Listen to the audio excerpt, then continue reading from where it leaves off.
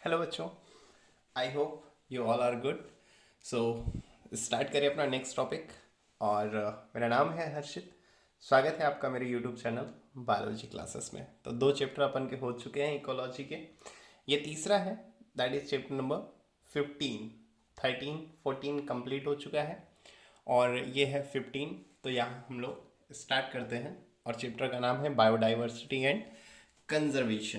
ठीक है, नाम से ही समझ में आ रहा होगा। बायोडाइवर्सिटी हमारे आसपास की जो भी चीज़ें हैं, जो भी इस पूरी धरती पर कह लो, पूरे वर्ल्ड में कह लो, जो भी चीज़ें फैली हुई हैं उसी के बारे में बात करना है। एंड कंजर्वेशन, कंजर्वेशन का मतलब हम उसको कैसे बचा रहे हैं या कैसे कंजर्व कर रहे हैं। तो सबसे पहले कुछ चीज़ें देखते हैं, जैसे दी गई हैं कि 20,000 स्पीसीज ऑफ आंट्स, यानी कि आप देखेंगे चींटियों की जो है 20,000 से ज़्यादा स्पीसीज हैं। फिर 3 lakh species of Beatles, Beatles की 3 लाख स्पीसीज। फिर 28,000 species of fishes and 20,000 species of orchids. ये एक बायोडाइवर्सिटी है। आपको समझ में आ रहा होगा कि आपने तो ज़्यादा से ज़्यादा एक लाल चींटी देखी होगी, एक काली चींटी देखी होगी, लेकिन उनसे भी ज़्यादा पूरे वर्ल्ड की बात कर रहे हैं। ये तो हमारे यहाँ पाई जाती है लाल और काली वाली, बाकी पूरे वर्ल्ड की जब बात करेंगे ना, तो यहाँ पर देखो उसने दे रखा है 20,000 स्पीसीज, 20,000 स्पीसीज हैं। ठीक है, तो अभी बहुत सारी हैं जो खोजी नहीं गई हैं, आगे पढ़ेंगे इस चैप्टर में। तो सबसे पहले देखते हैं बायोडाइवर्सिटी क्या होता है। तो बायोडाइवर्सिटी जो टर्म है वो दिया था सोशियोबायोलॉजिस्ट, सोशियोबायोलॉजिस्ट जिनका नाम है एडवर्ड विल्सन। ये आपके नीट में डायरेक्ट क्वेश्चन आता है कि बायोडाइवर्सिटी टर्म गिवन बाय, ठीक है, तो दैट इज एडवर्ड विल्सन, नाम याद रखिएगा। फिर चलते हैं नेक्स्ट आगे और यहाँ देखते हैं कि क्या क्या चीज़ें दे रखी हैं बायोडाइवर्सिटी में। बायोडाइवर्सिटी में आपके कुछ टाइप्स होते हैं, जैसे सबसे पहला है जेनेटिक डाइवर्सिटी। ऐसे आगे हम देखेंगे तो हमें मिलेगी स्पीसीज डाइवर्सिटी, फिर इकोलॉजिकल डाइवर्सिटी। तो सबसे पहले हम लोग जेनेटिक डाइवर्सिटी की बात करते हैं कि जेनेटिक डाइवर्सिटी क्या है। जीन के लेवल पर कितनी डाइवर्सिटी है, that is genetic diversity. Single species might show high diversity at the genetic level, its distributional range। एक सिंगल स्पीसीज शो कर सकती है बहुत ज़्यादा diversity at the genetic level. Gene के लेवल पर, जेनेटिक के लेवल पर एक सिंगल स्पीसीज भी बहुत ज़्यादा डाइवर्सिटी शो कर सकती है। The genetic variation shown by the medicinal plant rauwolfia vomitoria. अभी मैं बताता हूँ कि इससे क्वेश्चन किस तरह से आता है, हम लोग लास्ट में क्वेश्चन की भी बात करेंगे। ठीक है, अब यहाँ पर देखते हैं कह रहा है the genetic variation shown by the medicinal plant. Medicinal plant का मतलब होता है कि इससे हम लोग ऐसा पौधा जिससे मेडिसिन मिलती हो, जिससे दवाएं बनती हों, that is called medicinal plant. Growing in different Himalayan ranges might be in terms of the potency and. अभी समझते हैं कि क्या कह रहा है, तो पहले इसको पूरा देखते हैं, अब समझ में आएगा ये कहना क्या चाहता है। कि the genetic variation shown by the medicinal plant Rao Wolffia vomitoria growing in different Himalayan ranges might be in terms of the potency and concentration of the active chemical, that is reserpine. Reserpine एक chemical होता है, बताया ना, medicinal plant है जिससे medicine बनती हैं, तो यही एक केमिकल इससे निकलता है जिससे मेडिसिन तैयार की जाती है। ठीक है, India has more than 50,000 genetically different strains of rice and 1,000 varieties of mango. अब ये चीज इंपॉर्टेंट है, ये आपको याद रखनी है। अब इससे क्वेश्चन कैसे आता है पता है, इससे क्वेश्चन आएगा, आपको ये लिख कर दे देगा कि 50,000 genetically different strains of rice and 1,000 varieties of mango, या दोनों को दे सकता है या इनमें से एक एक कोई दे सकता है।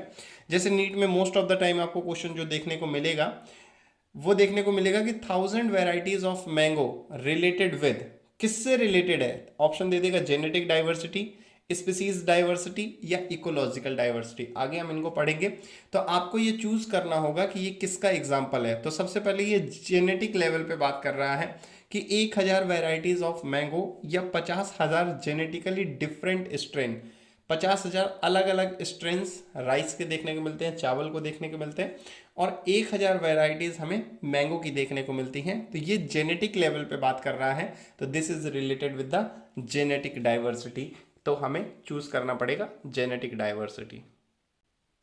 अब जैसे आगे हम बात करें स्पीसीज डाइवर्सिटी, तो स्पीसीज डाइवर्सिटी में क्या करेगा, इसमें आपको पूछेगा that is Western Ghat have a greater amphibian species diversity than the Eastern Ghat.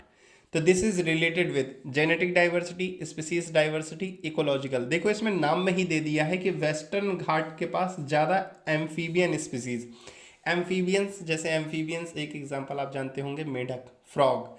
Amphi मतलब बोथ, बियंस मतलब रहने वाले, यानी कि दोनों जगह रहने वाले, जो जल और थल, यानी कि जमीन और वाटर, पानी और जमीन दोनों जगह रह सके, that is called amphibians. Amphi का मतलब होता है बोथ, ठीक है, दोनों जगह रहने वाले।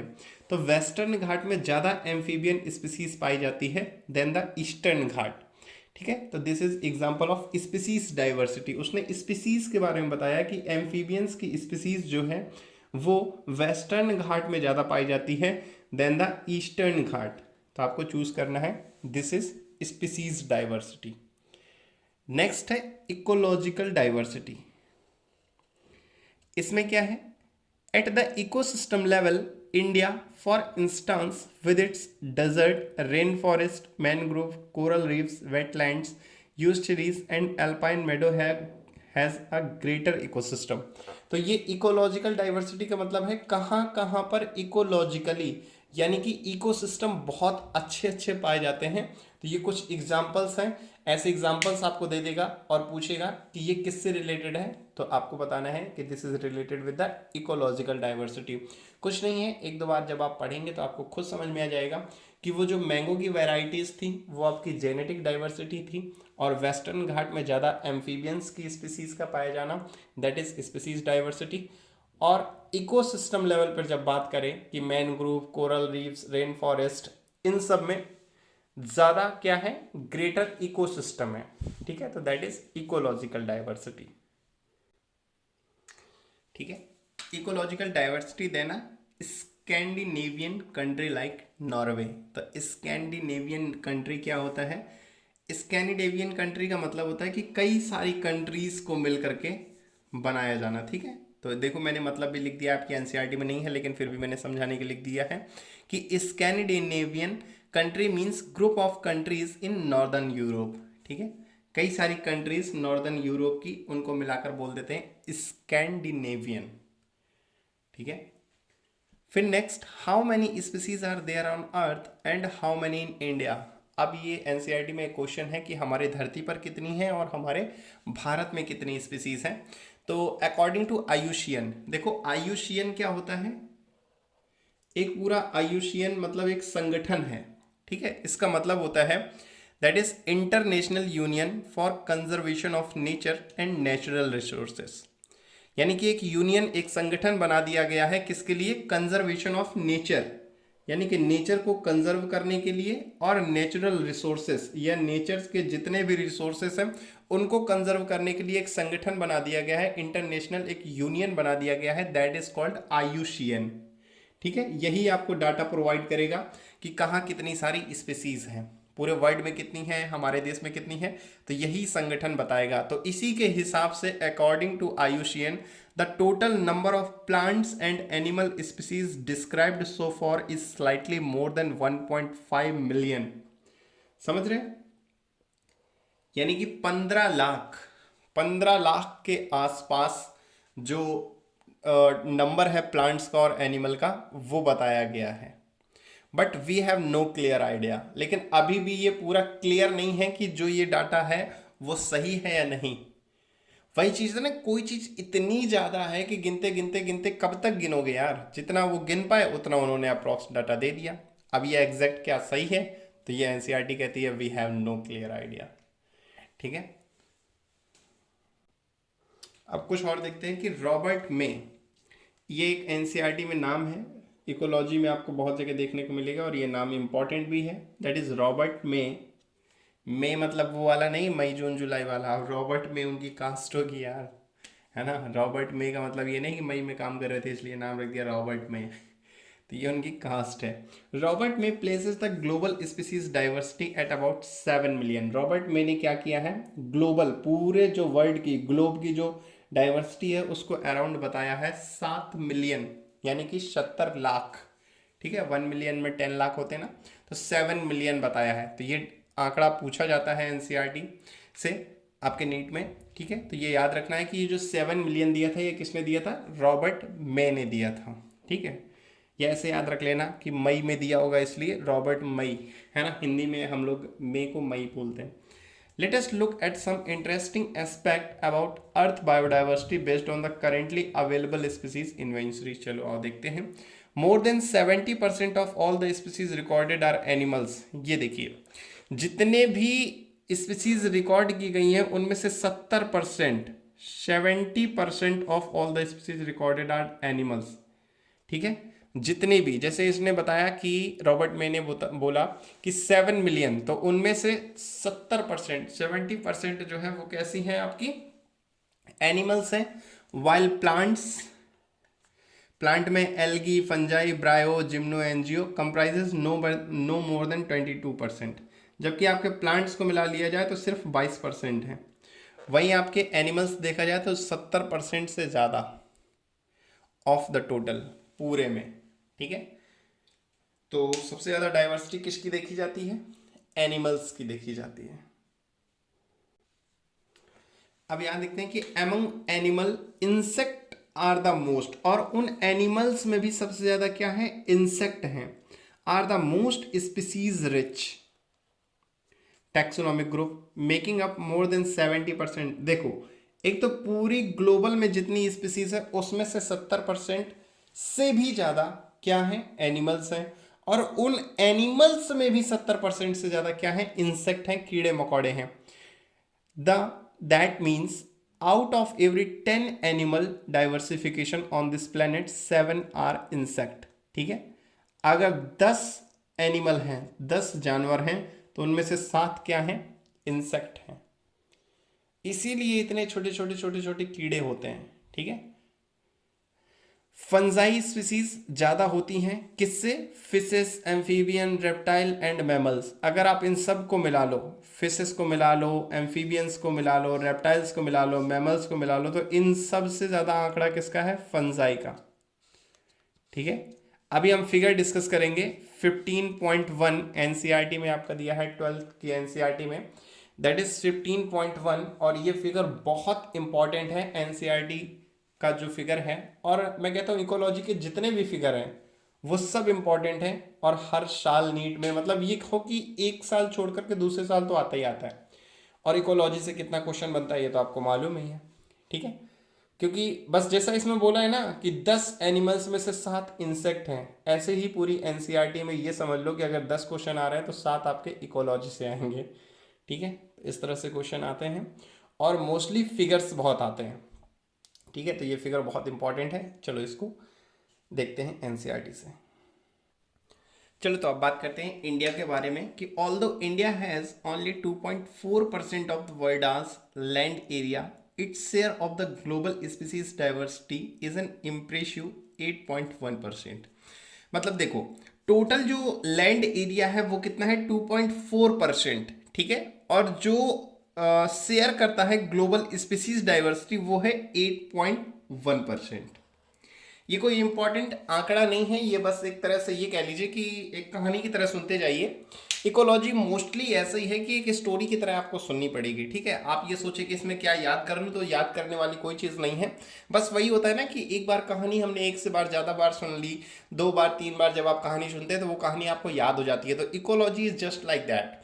ठीक है, आपको स्टोरी सुनती जानी है और सुनने के साथ साथ उसे इतने बार दोहराना है कि वो चीज़ आपके दिमाग में बैठ जाए। ठीक है, और कोई इसका तरीका नहीं है कि ये चीज़ क्या आंकड़े याद रखने हैं या कैसे याद रखेंगे, तो ये सब चीज़ें नहीं है। और जो चीज़ मैं हाईलाइट करता जाऊँ वो तो समझ लीजिए बहुत इंपॉर्टेंट है। ठीक है, मोस्टली जो इंपॉर्टेंट पार्ट है, या यूँ कह लीजिए कि जो नीट के क्वेश्चन जिस लाइनों से आते हैं वो हर चीज़ मैं हाईलाइट करता चलूँगा। ठीक है, that is what makes our country one of the 12 mega diversity countries of the world. ठीक है, 8.1% हमारे यहाँ का ग्लोबल स्पीसीज डाइवर्सिटी जो शेयर किया जाता है, इसी वजह से हमारी जो कंट्री है वो 12 मेगा डाइवर्सिटी में से एक है। Nearly 45,000 species of plant and twice as many of animals have been recorded from India.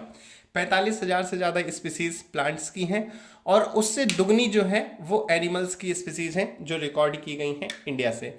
More than 1 lakh plant species and more than 3 lakh animal species yet to be discovered and described.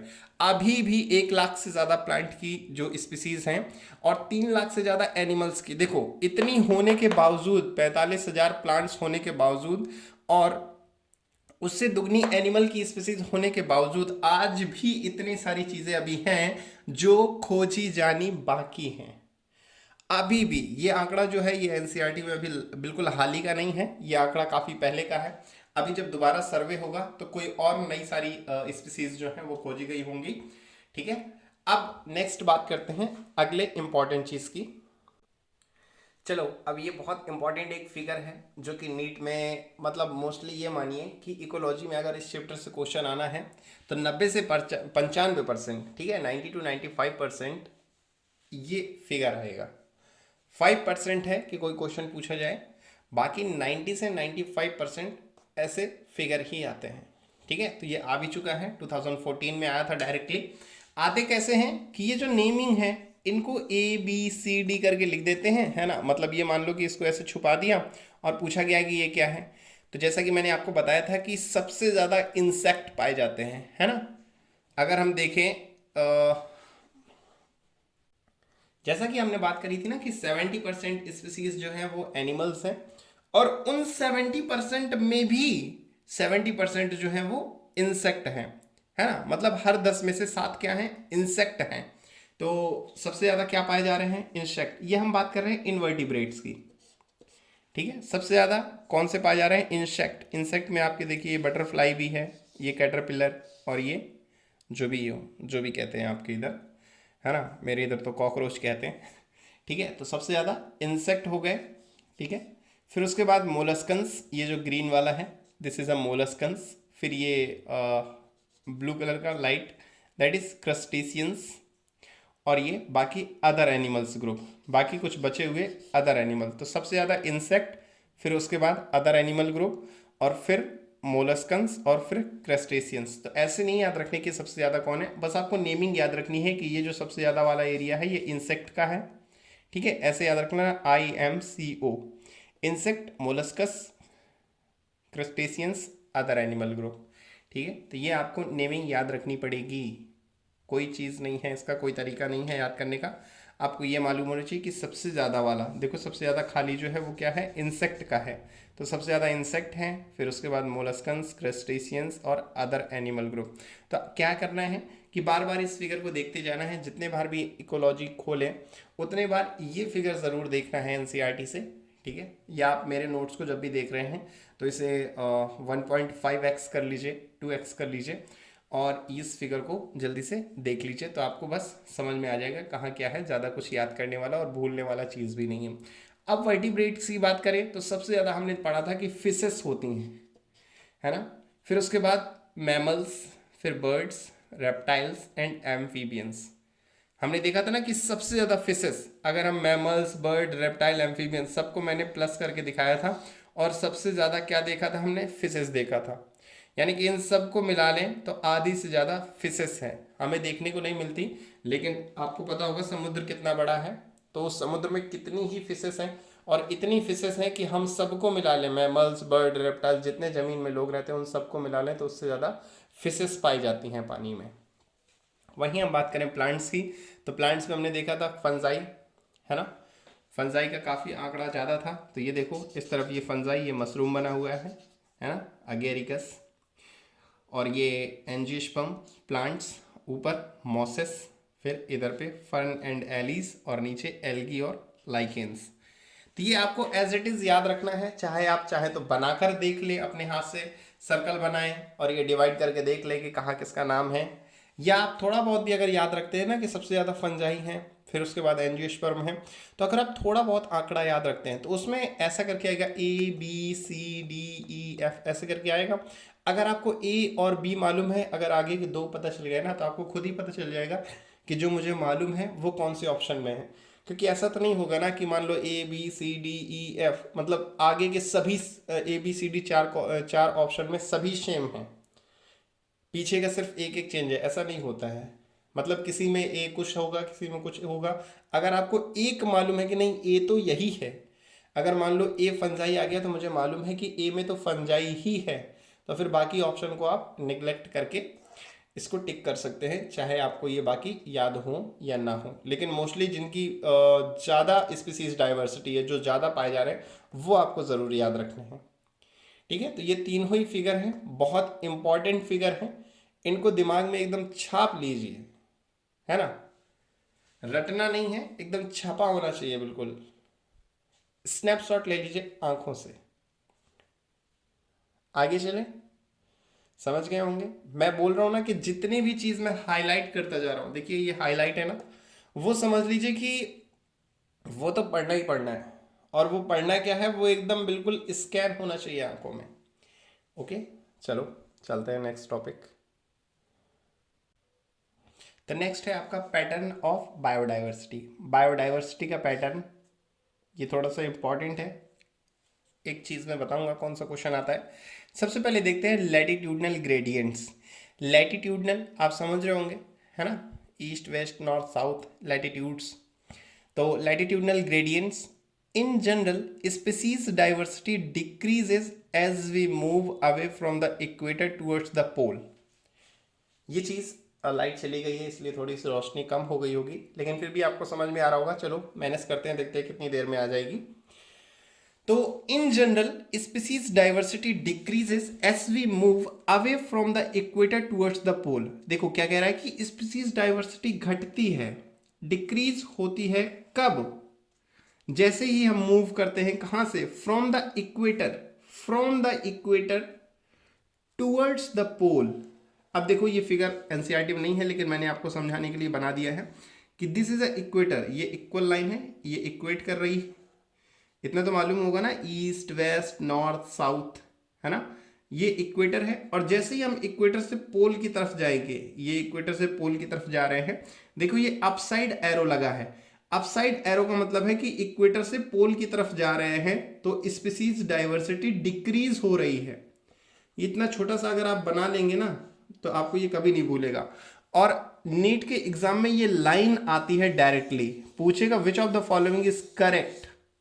तो अगर आपको ये मालूम है कि कहां से कहां स्पीसीज डाइवर्सिटी घटती है, तो आप टिक कर ले जाएंगे, वरना थोड़ी सी गलती ये क्वेश्चन गलत करा देगी। इसमें आपको चूज करने को आएगा कि मान लो जैसे हमें मालूम है कि स्पीसीज डाइवर्सिटी डिक्रीज होती है अगर हम इक्वेटर से पोल की तरफ जाते हैं, वहीं पर क्या लिख देगा, अगर उसने लिख दिया कि species diversity increases as we move from the equator towards the pole, तो हमने जल्दी जल्दी में अगर ध्यान नहीं दिया कि इंक्रीज है कि डिक्रीज है, तो तुरंत वो क्वेश्चन गलत हो गया। इसलिए याद रखना है, इसलिए मैंने ये फिगर बनाया है कि जब हम इक्वेटर से पोल की तरफ जाते हैं, ऊपर की तरफ जाते हैं, तो क्या होता है, स्पीसीज डाइवर्सिटी डिक्रीज होती है। देखो यहाँ पर डिक्रीज का एरो है ना, इस एरो से मत, ये एरो तो है इक्वेटर से पोल की तरफ, ऊपर की तरफ जाने का, ये नीचे से ऊपर की तरफ जा रहा है, इक्वेटर से पोल की तरफ जा रहा है।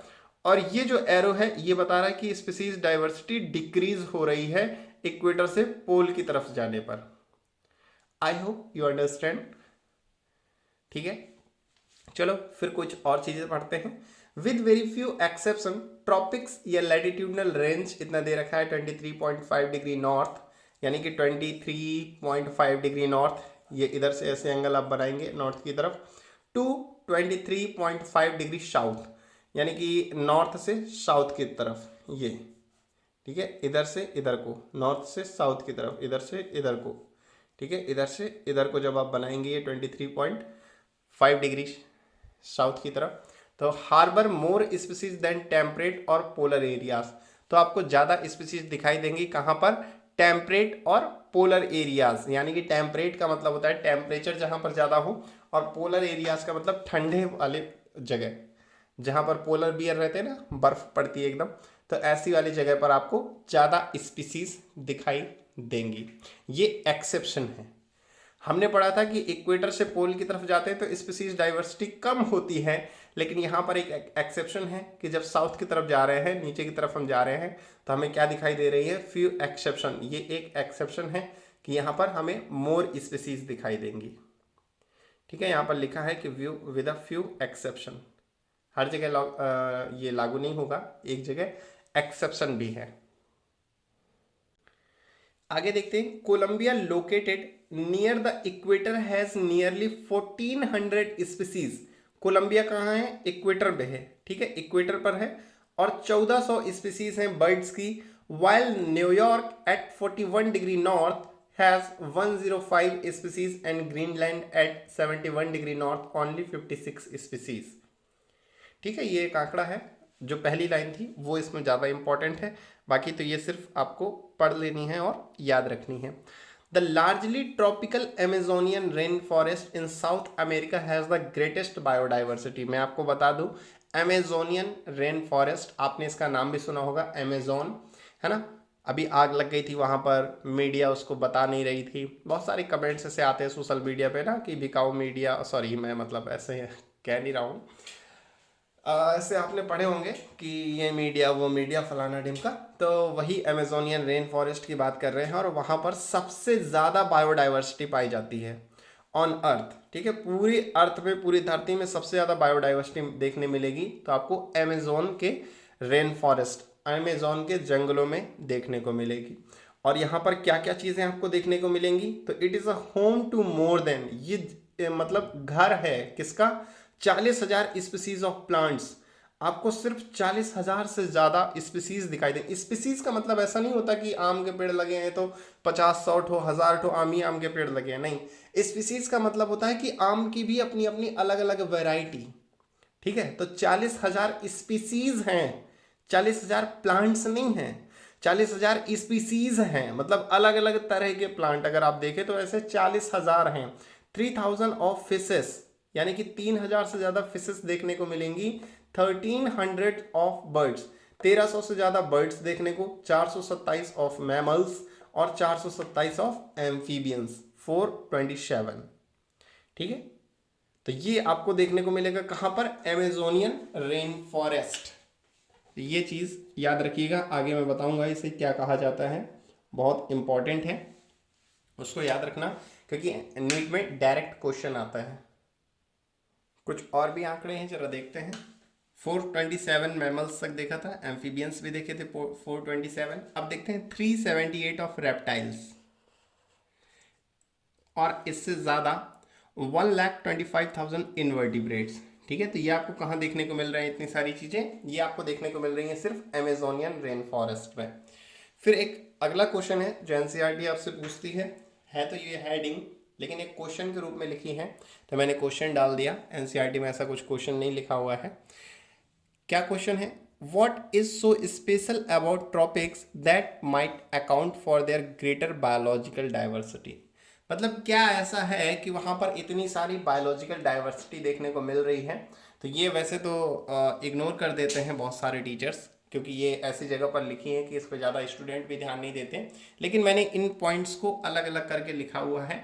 एनसीईआरटी ने जो ये क्वेश्चन पूछा है इसको डिटेल में मैंने बताया हुआ है, तो देखिएगा गौर से कि क्या चीज़ें बता रहा है ना। तो सबसे पहली चीज़ है, ecologist and evolutionary biologist have proposed various hypothesis. Ecologist, evolutionary biologist आप समझते होंगे, है ना, जो इकोलॉजी के बारे में स्टडी करते हैं दैट इज इकोलॉजिस्ट। और एवोल्यूशनरी बायोलॉजिस्ट का मतलब होता है जो इवोल्यूशन, है ना, कैसे कैसे चीज़ें आई, कैसे कैसे यहाँ पहले क्या था, है ना, आगे क्या होगा, तो ये सब जो स्टडी करते हैं दैट इज एवोल्यूशनरी बायोलॉजिस्ट। तो इन लोगों ने प्रपोज किए हैं कुछ सारे हाइपोथेसिस, तो चलो उनको देखते हैं। तो ये ABC करके 3 हाइपोथेसिस हैं। सबसे पहला है, speciation is generally a function of time unlike temperate region subjected to frequent glaciation in the past tropical latitude have remained relatively undisturbed for millions of years and thus had a long evolutionary time for species diversification। ये तो उन्होंने पहला reason दिया कि क्यों इतनी ज़्यादा species diversity देखने को मिल रही है। दूसरा रीज़न क्या बताया? ट्रॉपिकल इन्वायरमेंट जैसे कि temperate are less seasonal relatively more constant and predictable such constant environment promote निके स्पेशियलाइजेशन। ये एक टर्म यहाँ पर आया है निके। इसकी हम आगे बात करेंगे क्योंकि यहाँ भी इसका कोई लेना देना नहीं है, लेकिन ये बहुत इंपॉर्टेंट टर्म है इसलिए मैंने इसे हाईलाइट किया है। तो इसे आप लोग याद रखिएगा, मैं इसको आगे डिटेल में बताऊंगा।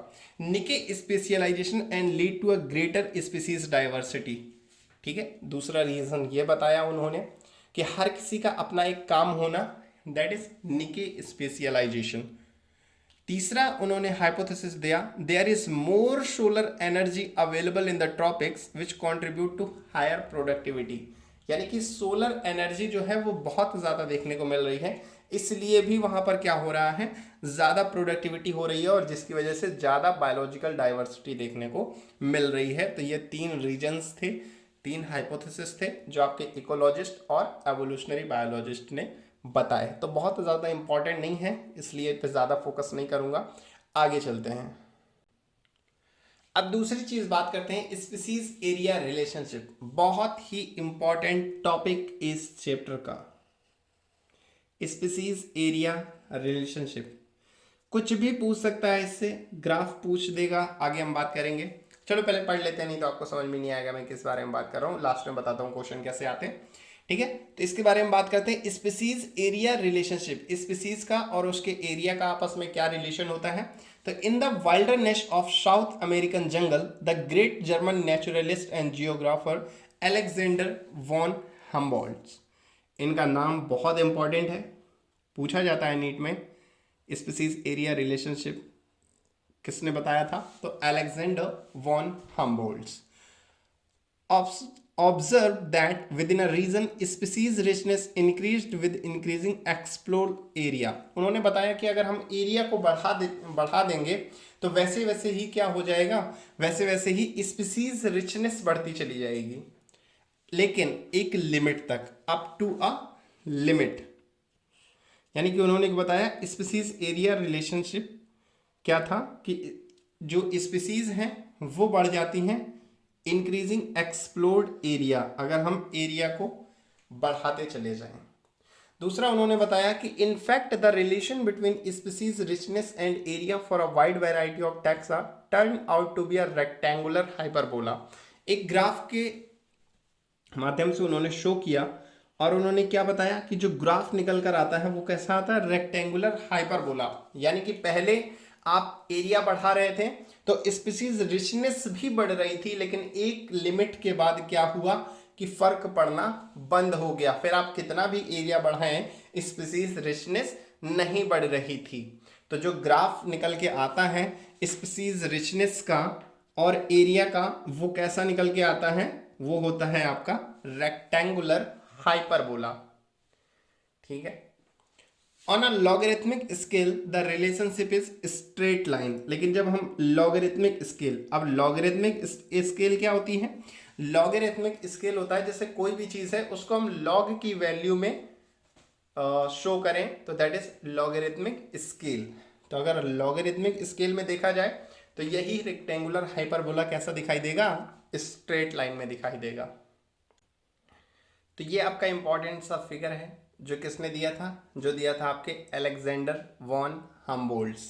नाम याद रखना, फिर से बोल रहा हूँ, अलेक्जेंडर वॉन हम्बोल्ट्ज।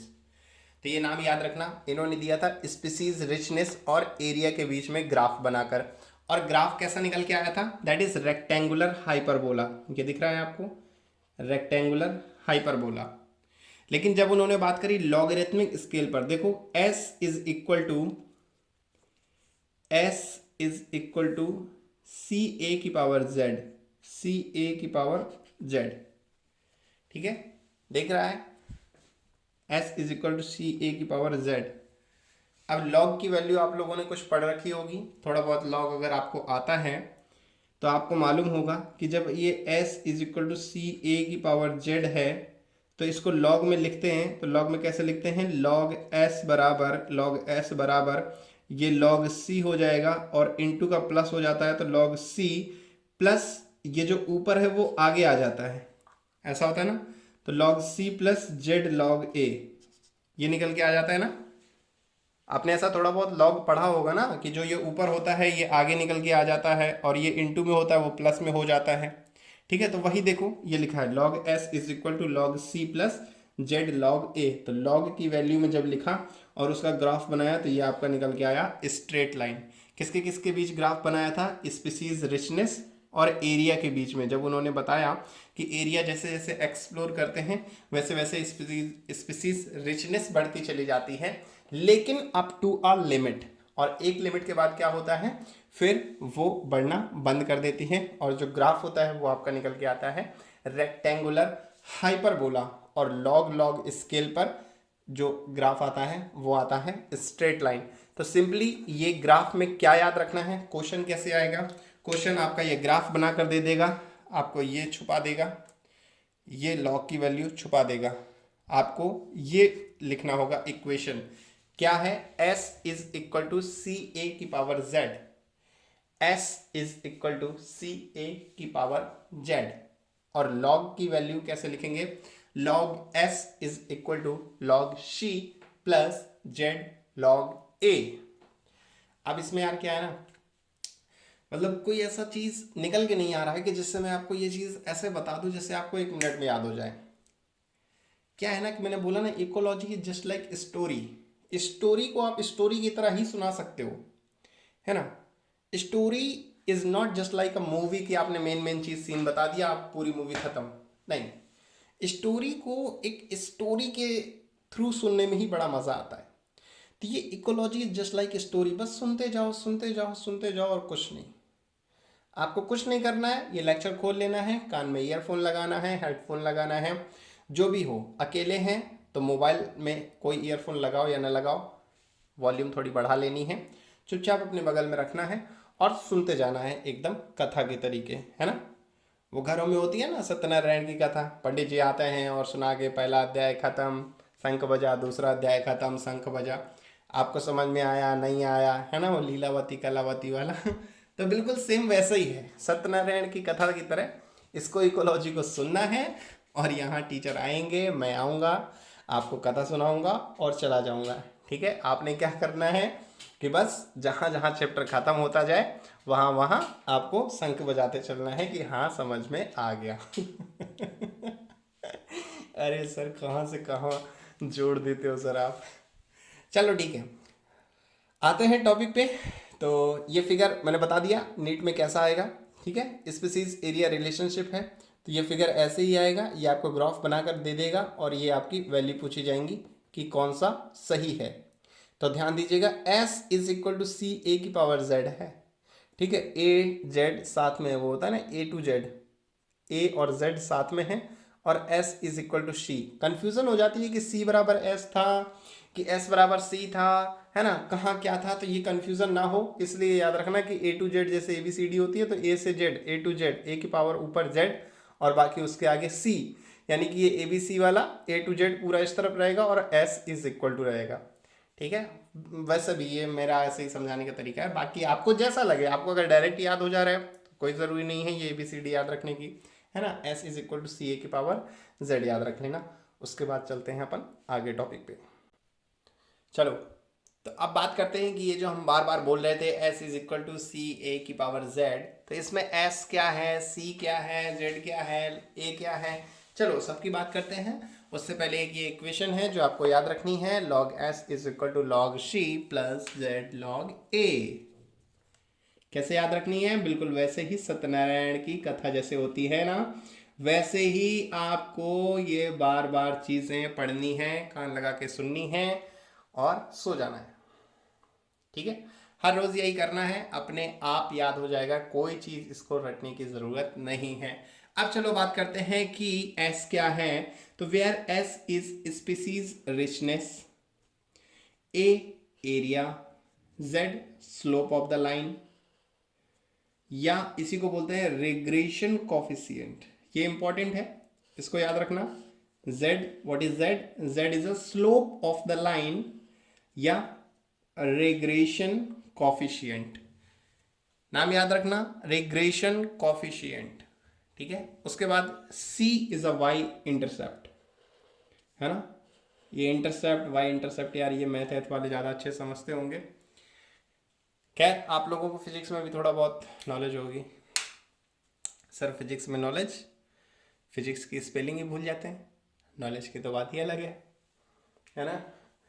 फिजिक्स का हमें पता ही नहीं चलता सर पी से शुरू है कि एफ से शुरू है। अरे नहीं यार, इतना तो आता ही होगा। हाँ लेकिन सर वाई इंटरसेप्ट नहीं समझ में आता। अरे चलो खैर कोई नहीं है। C is a Y intercept. Next क्या कह रही है लाइन? लाइन बोलती है कि value of Z lies in the range of 0.1 to 0.2 regardless of the taxonomic group और द रीजन। z की वैल्यू जो है वो आपकी 0.1 से 0.2 होगी, ठीक है।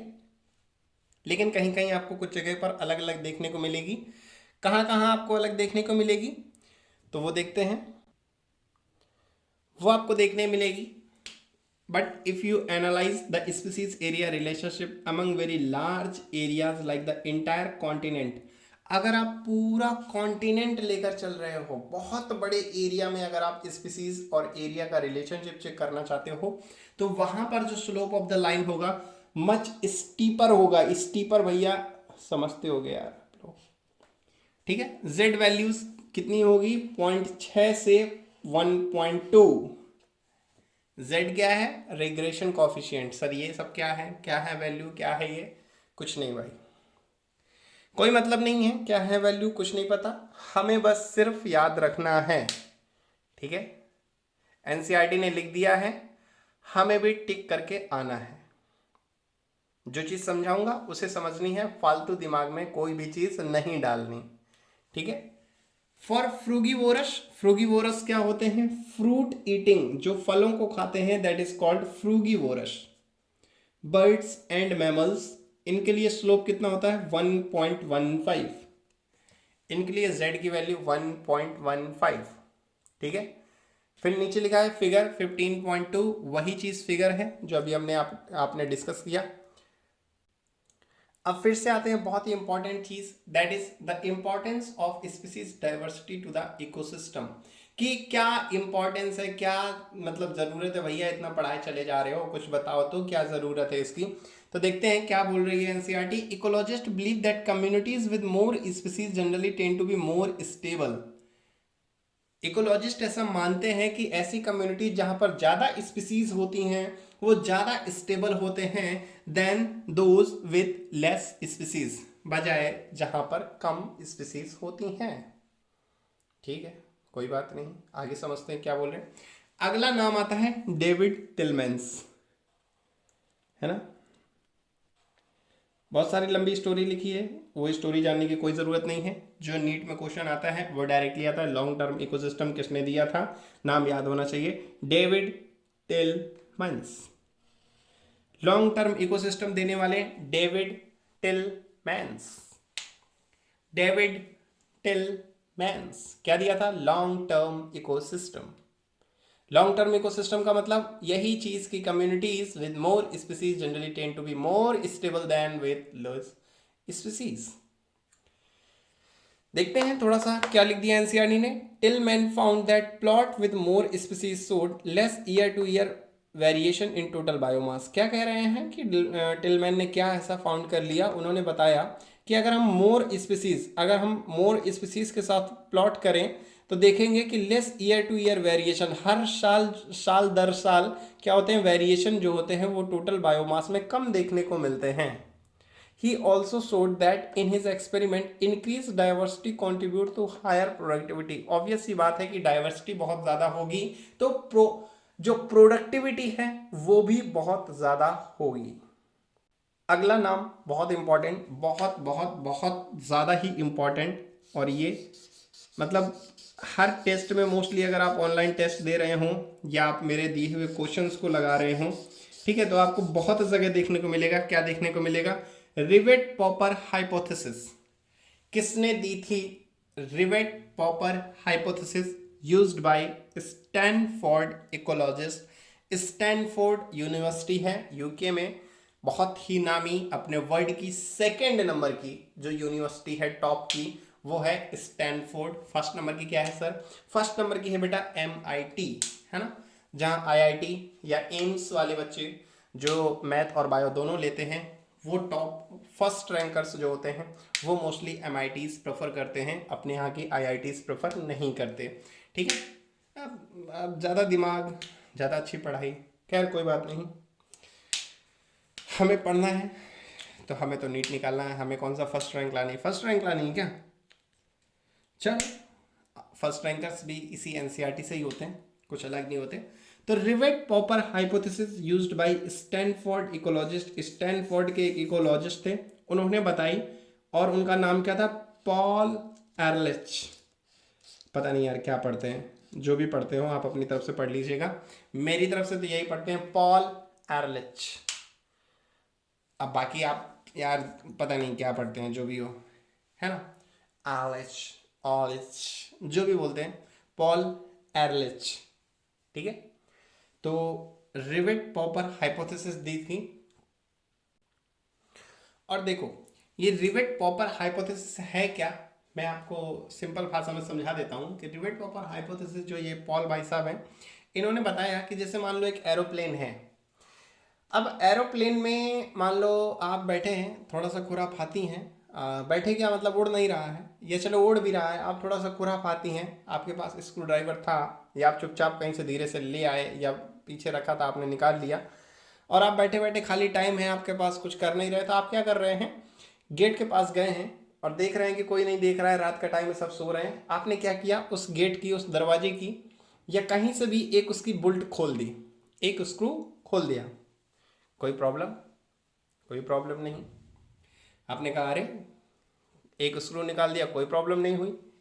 आपने क्या किया, आप और शैतान, जब क्या है डांटनी पड़ती है तो शैतानी और करी जाती है, आपने और शैतानी शुरू करी, आपने दूसरा स्क्रू भी निकाल दिया, देखा आपने अरे कोई प्रॉब्लम नहीं, आपने इधर उधर देखा कोई नहीं डांट रहा, आपने क्या किया, फिर तीसरा स्क्रू भी निकाल दिया, थोड़ा सा इम्बैलेंस हुआ लेकिन अभी भी उड़ रहा है, अभी भी उड़ रहा है। 3 स्क्रू निकालने के बाद एट द एंड आपने क्या किया, जैसे ही आपने चौथा स्क्रू निकाला, वो पूरा एयरक्राफ्ट क्या हुआ, ब्लास्ट हो गया, ये मान लो कि एयर पूरी अंदर आ गई और वो हवाई जहाज तहस नहस हो गया, पूरा इम्बैलेंस हो गया, इतनी ज्यादा एयर अंदर आ गई कि वो आगे जाकर के क्रैश कर गया।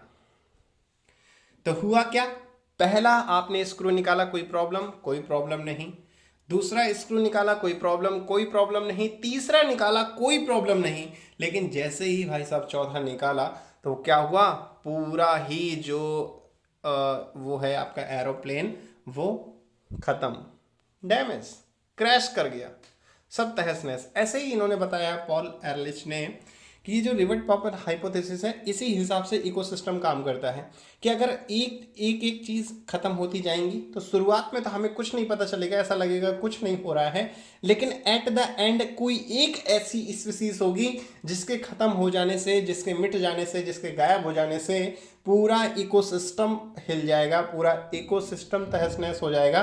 तो that is rivet popper hypothesis. और वो जो स्पीसीज होती है जिसके गायब हो जाने से, जिसके चले जाने से जो पूरा इकोसिस्टम हिल जाए, दैट इज कॉल्ड की स्टोन स्पीसीज, ठीक है। तो एक ये टर्म दिया था इन्होंने की स्टोन स्पीसीज का। तो ये एक स्टोरी थी छोटी सी, बहुत अच्छी लगी होगी। चलो इसी के साथ आगे बढ़ते हैं। अब देखते हैं नेक्स्ट, बहुत ही इंपॉर्टेंट, अभी हाल ही में आया था नीट आपके 2019 का क्वेश्चन है ये, लॉस ऑफ बायोडाइवर्सिटी के बारे में पूछा था। तो लॉस ऑफ बायोडाइवर्सिटी में क्या पूछा था अभी मैं बताऊंगा। सबसे पहले देखते हैं the IUCN red list, IUCN international union of conservation of nature and natural resources. तो उन्हीं की एक रेड लिस्ट है। रेड लिस्ट क्या होती है, ये भी आपका नीट का क्वेश्चन है, उन्होंने पूछा था कि रेड लिस्ट क्या होती है। तो रेड लिस्ट में क्या होता है कि हम लोग उन चीज़ों को दर्शाते हैं, उन चीज़ों को बताते हैं जो स्पीसीज एक्सटिंक्ट हो चुकी हैं या होने की कगार पर हैं, ठीक है। ये आपको रेड लिस्ट में बताया जाता है, या इसी को रेड डाटा बुक भी कहा जाता है। तो 2004 के हिसाब से इन्होंने कुछ आंकड़े बताए हैं, उनको देखते हैं। जैसे बताया है एक्सटिंक्शन ऑफ 784 स्पीसीज, ठीक है, 784 स्पीसीज आपकी एक्सटिंक्शन वो गायब हो चुकी हैं। कौन कौन सी थी, 338 वर्टिब्रेट्स थे, 359 इनवर्टिब्रेट्स थे, 87 प्लांट्स थे, ठीक है। तो ये कुल आपकी 784 स्पीसीज थी जिनमें से वर्टिब्रेट, इनवर्टिब्रेट और कुछ प्लांट ये क्या हो गए हैं, एक्सटिंक्ट हो चुके हैं, जो आपकी रेड लिस्ट बताती है 2004 के हिसाब से। अभी 2004 से 17 साल हो चुके हैं और अब बहुत सारी चीज़ें और भी हैं जो एक्सटिंक्ट हो चुकी हैं। लेकिन अभी हाल ही में अगर देखा जाए तो जो हम लोग लास्ट 500 ईयर्स में देखें, लास्ट 500 साल्स में, तो some example of recent extinction जो अभी अभी एक्सटिंक्ट हुए हैं, अभी अभी का मतलब बिल्कुल अभी हाल ही के वर्षों में, ठीक है, दैट इज डोडो मॉरिशियस। ये आपके डायरेक्टली आते हैं नीट के क्वेश्चन में, ये आपके आते हैं मैच द फॉलोइंग, ठीक है, एक तरफ एक नाम लिख देगा, दूसरी तरफ दूसरा, और आपको मैच कराना है। तो डोडो जो मॉरिशियस का है, क्वेगा जो अफ्रीका में पाया जाता है, ठीक है, डोडो का नाम आपने सुन रखा होगा, क्वेगा। फिर थाइलासीन ऑस्ट्रेलिया में पाए जाते हैं। नेक्स्ट स्टेलर्स शिकाउ जो आपको रशिया में देखने को मिलती है, ये अभी हाल ही में एक्सटिंक्ट हुए हैं। एंड 3 सब स्पीसीज बाली, जवान एंड कैस्पियन, ये टाइगर की प्रजाति थी। बाली, जवान और कैस्पियन, ये इतनी चीज़ें हैं जो अभी हाल ही में एक्सटिंक्ट हुई हैं, ठीक है। The last 20 years alone have witnessed the disappearance of 27 species. अभी लास्ट के 20 सालों में, मतलब ये 2004 का आंकड़ा है जो आपको रेड लिस्ट दे रही है, अभी और 17 साल हो चुके हैं, यानी इस बीच भी बहुत सारी स्पीसीज जो हैं वो एक्सटेंट हो चुकी हैं। तो अभी हाल ही के 20 वर्ष में 27 स्पीसीज एक्सटेंट हो चुकी हैं। Some group of amphibians appear to be more vulnerable to extinction. कुछ amphibians के ऐसे ग्रुप हैं जो कि बिल्कुल एक्सटिंक्ट होने के कगार पर हैं। 15,500 species worldwide are facing the threat of extinction. अभी 15,500 स्पीसीज है ना, 15,500 स्पीसीज जो हैं वो वर्ल्ड वाइड, पूरे वर्ल्ड में जो फेस कर रहे हैं थ्रेट ऑफ एक्सटिंक्शन। न जाने कब इतनी स्पीसीज जो हैं हमारे वर्ल्ड से, हमारी दुनिया से गायब हो जाएंगी और दोबारा कभी देखने नहीं मिलेंगी। प्रेजेंटली अभी हाल ही के वर्षों में 12% of all bird species, 12% bird, 23% mammals, 32% amphibians, 31% 31 gymnosperm species in world wise face the threat of extinction. ये कुछ स्पीसीज हैं जो बिल्कुल एकदम आप ये कह सकें, जैसे घर में बूढ़ी दादा दादी होते हैं ना, एकदम 80-85 की उम्र है, पता नहीं है कब निपट जाए, तो बिल्कुल ये वैसे ही हैं। ये 80-85 की उम्र में हैं और ये कब एक्सटिंक्ट हो जाएंगे इनका पता नहीं, ठीक है। In general, loss of biodiversity in a region may lead to decline in plant production. Loss of biodiversity का क्या मतलब होता है? डिक्लाइन इन प्लांट प्रोडक्शन, जो प्लांट्स हैं उनमें डिक्लाइन देखने को मिल रहा है। Lowered resistance to environmental perturbation such as drought and increased variability in certain ecosystem process such as plant productivity, water use and pest and disease cycle, ठीक है। तो ये सब कुछ कॉजेज हैं जिसकी वजह से हमें लॉस ऑफ बायोडाइवर्सिटी देखने को मिल रही है। फिर next that is causes of biodiversity. ये आपका हाल ही में नीट में यही क्वेश्चन आया था कि जो सबसे इम्पॉर्टेंट है वो कौन सा है। 4 ऑप्शन दिए थे और आपको बताना था कि मोस्ट इम्पॉर्टेंट जो कॉज है बायोडाइवर्सिटी लॉस का वो कौन सा है। तो देखते हैं ये क्या है। The accelerated rate of species extinction. Accelerated rate का मतलब होता है, वो होता है ना एक्सीलेटर, जैसे ही एक्सीलेटर लेते हैं तो गाड़ी आगे तेज भागती है, वैसे ही होता है एक्सक्लरेटेड, यानी कि तेजी से बढ़ते हुए। द एक्सक्लरेटेड रेट किसका, किस चीज़ का रेट? स्पीसीज एक्सटेंशन, जितनी तेजी से ये स्पीसीज एक्सटेंट होती जा रही हैं, that the world is facing now are largely due to human activities. देख लो भाई, हम ही आप लोगों की वजह से ही क्या हो रहे हैं, ये जो स्पीसीज हैं ये एक्सटेंट हो रहे हैं। देयर आर 4 मेजर कॉजेज, ठीक है, और हमारे बहुत सारे रीज़न हैं। देखते हैं अभी कौन कौन से रीज़न हैं। है ना। 4 रीज़न है, मेर कॉजेज मेजर कॉज दिए हुए हैं 4, इन्हीं को हम लोग बोलते हैं द एविल क्वार्टेट, है ना। 4 रीज़न जो एविल हैं, एकदम दुष्ट, एविल क्वार्टेट। वो 4 रीजन कौन कौन से हैं? सबसे पहला जो आपके अभी हाल ही में क्वेश्चन आया था नीट में 2019 में, दो मोस्ट इंपॉर्टेंट पूछा गया था, और मोस्ट इंपॉर्टेंट में है आपका हैबिटाट लॉस एंड फ्रेगमेंटेशन।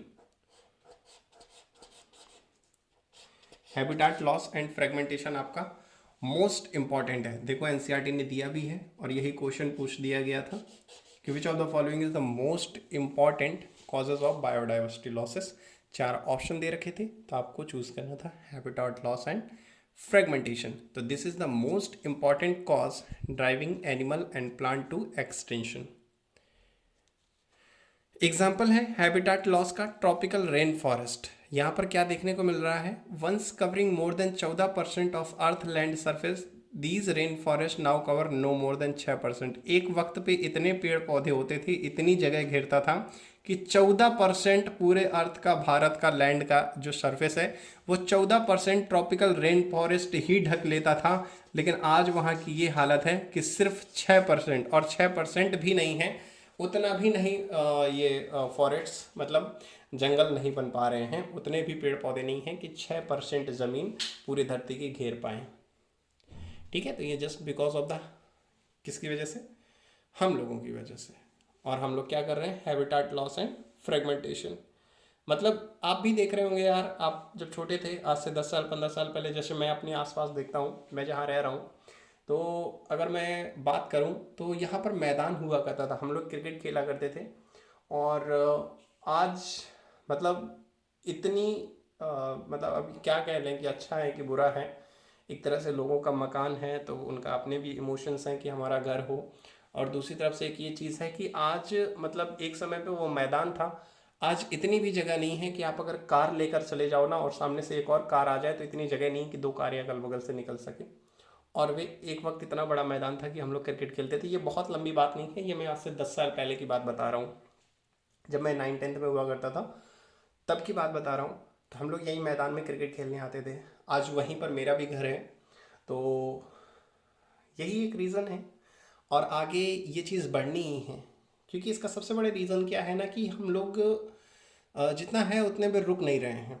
जैसे सपोज़ कि मेरे मॉम डैड हैं, तो वो कभी उस जगह पर नहीं रहे जो मेरे दादा दादी का घर है, वहाँ नहीं रहीं।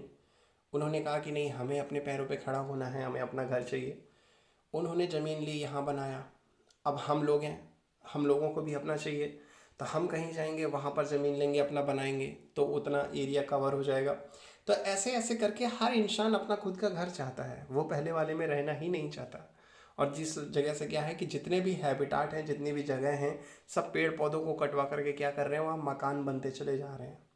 कई जगह पर जंगलों में इंडस्ट्रियल एरिया खुल रहे हैं, कॉलेजेस आपने देखे होंगे, बड़े बड़े कॉलेजेस खुलते हैं, तो वो जंगलों को काट कर एकदम मैदान में बनाए जाते हैं आउटर एरिया में, है ना। तो वो भी जगह घेर दी जाती हैं। पहले कॉलेज बनाया गया, फिर उसके आसपास दुकानें आ गई, दुकानों के साथ साथ फिर लोग वहीं रहने लगे, और इस तरह से ये सब चीज़ें हो रही हैं। और यही वजह है कि आज हैबिटाट लॉस और फ्रेगमेंटेशन में सबसे बड़ा हाथ किसका है? ह्यूमन एक्टिविटीज़ का है। ठीक है, आगे देखते हैं द अमेजोन रेन फॉरेस्ट, जिसको हम लोग कहते हैं लंग्स ऑफ द प्लेनेट। मैंने बताया था ना कि अमेजोनियन रेन फॉरेस्ट, इसको एक चीज़ कहते हैं जो कि नीट में डायरेक्ट पूछ दिया जाता है कि which of the following is called lungs of the planet. Planet के लंग्स कौन होते हैं? That is Amazon rain forest. क्यों? सबसे ज़्यादा बायोडाइवर्सिटी यहाँ पर पाई जा रही है। हम लोग कहते हैं ना कि हमारे आसपास प्लांट्स होने चाहिए, घरों में पौधे लगाने चाहिए। तो जो सोचो, जब उतने से पौधे हम लोगों को ऑक्सीजन देते हैं, तो अमेजोनियन रेन फॉरेस्ट तो पूरी सबसे ज़्यादा बायोडाइवर्सिटी, पूरे अर्थ में सबसे ज़्यादा प्लांट्स वहीं लगे हुए हैं। तो ऑब्वियस सी बात है, ये प्लेनेट के क्या हैं? लंग्स हैं। लंग्स क्या करते हैं? जो एयर को प्यूरिफाई करते हैं, है ना। हम लोग सांस अंदर लेते हैं, लंग्स से क्षमती है, ब्लड के थ्रू ऑक्सीजन ट्रांसफ़र करती है, CO2 बाहर निकलती है ना। ये काम होता है ना लंग्स का। तो अमेजोन भी क्या कर रहे हैं? ऑक्सीजन ही तो प्रोवाइड कर रहे हैं पूरी धरती में, हम लोग जीवन उससे चल रहा है। तो अमेजोनियन रेन फॉरेस्ट को क्या बोला गया? Lungs of the planet. जो प्लेनेट के लंग्स हैं वो हैं अमेजोन रेन फॉरेस्ट। दूसरा कॉज है बायोडाइवर्सिटी लॉस का, दैट इज ओवर एक्सप्लॉयटेशन। ये क्या है? Humans have always dependent on nature for food and shelter. जैसे हमने ऊपर हैबिटाट लॉस की बात करी थी, तो वो ज़मीन कम हो रही है उसकी बात कर रहे हैं। दूसरा है ओवर एक्सप्लॉयटेशन। वो जो स्टोरी बताई ना कि हर आदमी को अपना घर चाहिए, दैट इज़ ओवर एक्सप्लॉयटेशन। तो ह्यूमंस क्या है? डिपेंड होते हैं नेचर पर, फूड और शेल्टर। खाना और रहना हमारा प्रकृति से ही है। हमारी साग सब्जी, हमारा भोजन। अब आप कहेंगे यार सर मैं तो मछली खाता हूँ। बेटा मछली भी कहाँ से आती है? तालाब से। और तालाब कहाँ है? वो भी तो एक नेचर का ही पार्ट है। तो हमारे जो भी फूड है या रहने की जगह है वो सब हमारा इस नेचर में ही है। But when needs turns to greed, ये बहुत अच्छी लाइन है, नीड्स टर्न्स टू ग्रीड, यानी कि आपकी आवश्यकता आपकी लालच बन जाती है। कल आपको ज़रूरत थी, आपने लकड़ियाँ काटी, उसको बाजार में बेची, 2-4 रुपए आया, आपने पेट भरा। लेकिन वही चीज़ कुछ लोगों के लिए लालच बन गई है। वो जंगलों को कटवा कटवा करके बेच रहे हैं और उसी से अपना पालन पोषण कर रहे हैं। उन्हें ये नहीं पता कि यही नेचर उन्हें जिंदा रखे है और उसी नेचर को काट काट करके वो भोजन ला रहे हैं। तो इसी को कहा गया है it leads to over exploitation of natural resources. प्रकृति के चीज़ों का गलत इस्तेमाल कर रहे हैं या बहुत ज़्यादा इस्तेमाल कर रहे हैं, है ना। वो कहते हैं ना कि ज़िंदगी एक किराए का घर है, आज नहीं तो कल जाना पड़ेगा। एक गाना है ये, और ये गाना हमें यही बताता है कि हमें चीज़ों को उतना यूज़ करना है कि आगे आने वाली पीढ़ियों को भी हम वो दे सकें। ठीक है, ज़्यादा ज्ञान नहीं दूंगा, कोई मतलब भी नहीं बनता इन सब चीज़ों का। फिर आते हैं many species extinction in the last 500 year, that is Steller sea cow, passenger pigeon. बहुत सारी स्पीसीज हैं जो एक्सटिंक्ट हो गई लास्ट 500 सालों में, जिनमें से आपकी स्टीलर सी काउ कहाँ पाई जा रही थी? याद है कि भूल गए?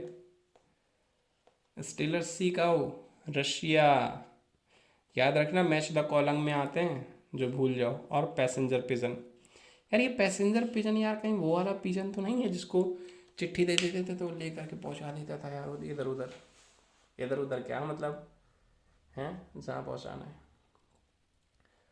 मतलब कभी समझ सोचते हो यार कैसे कबूतर मतलब यार सही एकदम रास्ता बता देता था। कबूतर से बोला ये ले चिट्ठी और जा भाभी को दिया, है ना, और सीधा वहीं पहुंचता था। यार हम लोग मैप देख के भी गलत पहुंच जाते हैं यार। एक बार मैं किसी के यहाँ एक फ्रेंड के यहाँ गया, मतलब मैप मुझे एक जंगल में दिखा रहा है, मैप के हिसाब से मैं जहाँ गया वहाँ रोड में आसपास घर ही नहीं है और मैप बता रहा है कि यही लोकेशन है। कई बार गूगल मैप भी कुछ भी दिखा देता है। अरे भाई तुमने जब फोटो ली होगी ऊपर से तब जंगल था, आज मकान बन गए, तुम जंगल को मकान दिखा रहे हो। सोचो जब मतलब मैप आजकल सही नहीं दिखाता, ये कबूतर कैसे पहुंच जाते थे यार सही जगह।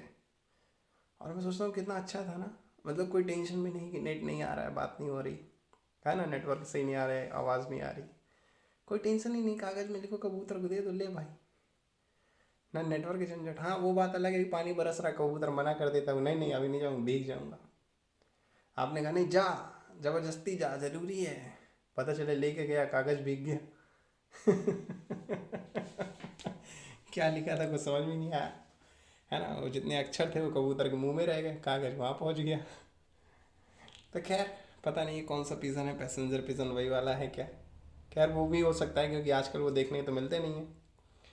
हाँ सर होते तो मैं भी भिजवाता, वैसे भी लॉकडाउन में कबूतर ही काम आता। चलो, what due to over exploitation by human, human ने ज़्यादा यूज़ किया इनका, है ना, तो इस वजह से क्या हो गए, एक्सटिंक्ट हो गए। तो नेक्स्ट है एलियन स्पीसीज इन्वेजन। दो हमने पढ़े, कौन कौन से? Habitat loss and fragmentation, second over exploitation, third is alien species invasion. Alien से समझ में आ रहा होगा वही जादू, है ना, एलियन स्पीसीज इन्वेजन वही जादू। When alien species are introduced unintentionally or deliberately for whatever purpose, some of them turn invasive and cause decline और एक्सटिंक्शन ऑफ इंडिजिनस स्पीसीज। क्या मतलब है? मतलब यह है कि हमारे यहाँ कोई स्पीसीज पाई जा रही थी और आप कहीं से और लेके आए, उसी के साथ आपने दूसरी लगा दी स्पीसीज, ठीक है।